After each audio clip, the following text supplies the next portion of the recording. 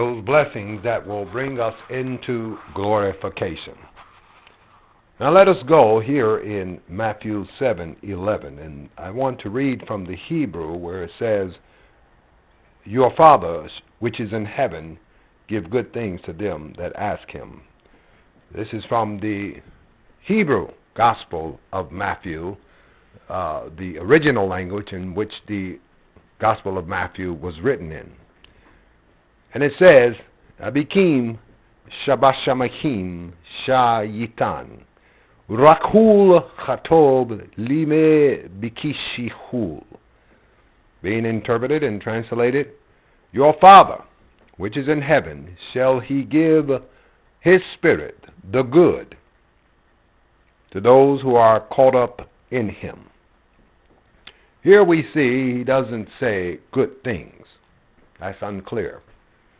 He said the Rakhul chatob, the good of the Spirit, his Spirit, the good of his Spirit, he shall give to those that are caught up, that ask him, that seek him.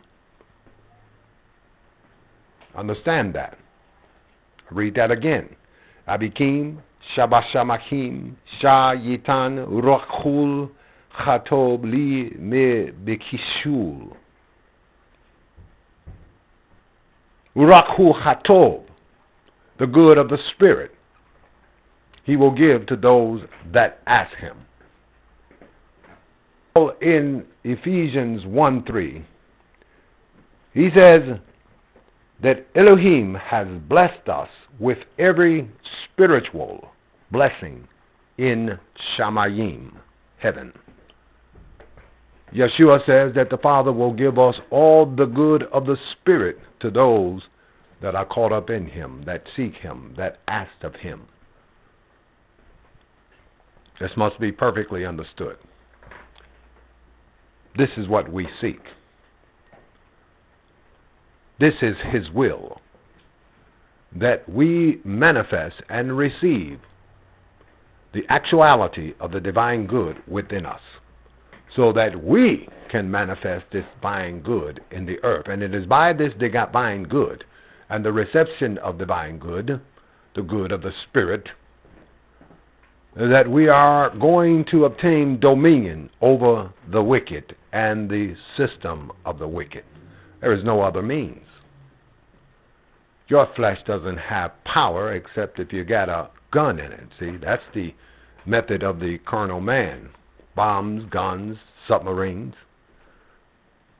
But the method of the spiritual man is first to empower himself by asking, knocking, and seeking diligently those things that are good by definition in the divine.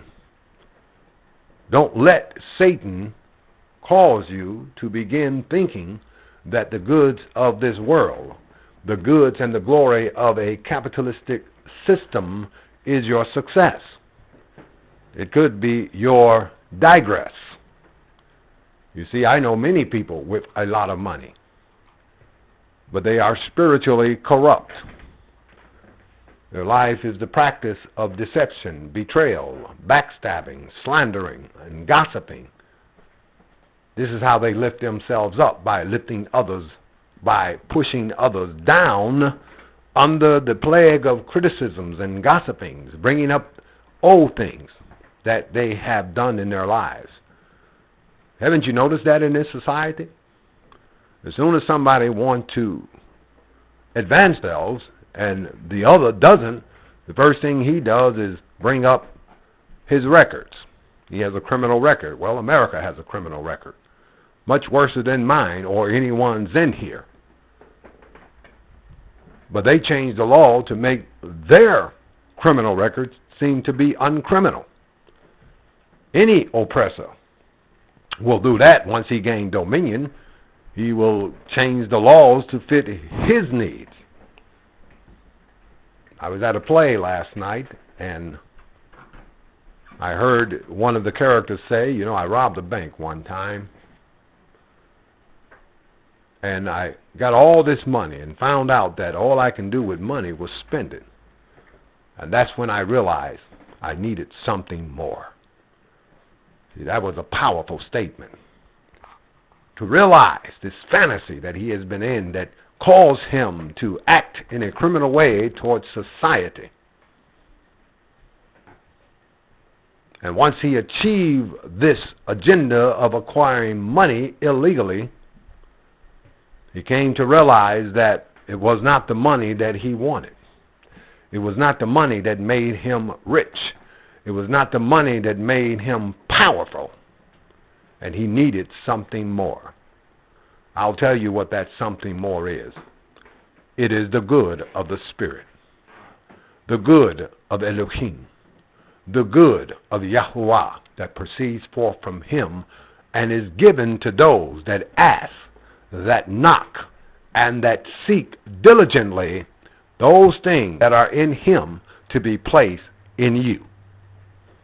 He has blessed us with every spiritual blessing in heavenly places. Blessings do not relate to physical and monetary acquisition. Those are provisions, and those provisions are given to the good and the evil because Elohim is merciful. All right? But in order to receive the spiritual blessings, there is a qualification. Seeking, asking, and knocking. Men should always pray and not give up. Men should always turn to Elohim, seeking his will and not seeking him for the fulfillment of your carnal will. This must be perfectly understood, because this is how it is taught in Babylon. Bless me, bless me, bless me, Father. These are the words of Esau. Esau was a man who gravitated towards the things of the flesh, who gravitated towards the things of the natural. This is why he gave up his spiritual birthright. He minimized it. It was unimportant to him, as it is unimportant with most people in this society who have a religious basis. They're more concerned about looking like a Hebrew than being what a Hebrew is in the spirit. There's more concern about flattering others and getting the respect of others and not the respect of Elohim. This is why there is a lack of prayer in the religious institutions as well as in our personal lives among the religious. This has always bothered me, as I told one pastor in Louisville, Kentucky, who told me he didn't pray much, he just lived. I got away from him very quickly.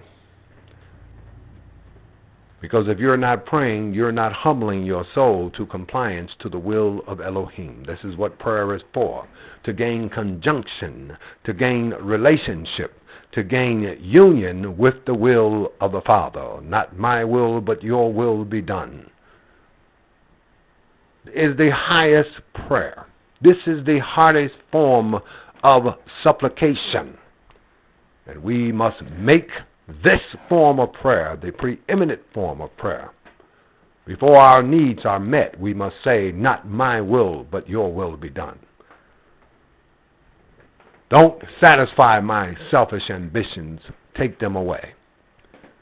Because I'm just a passerby in this world. I am here to do your will so I can inherit the true world of your kingdom. So that I can rule and reign over those who oppose your will and bring them under subjection to that will by the power of the sword of the Spirit that he has placed within this. I came not to bring peace, but a sword to clarify and to divide the evil from the good, to divide righteousness from unrighteousness. How can you do that when you won't even accept the eternal spiritual laws of Yahweh? You've mixed it up very skillfully to make people think that obedience is works of the law. It's not.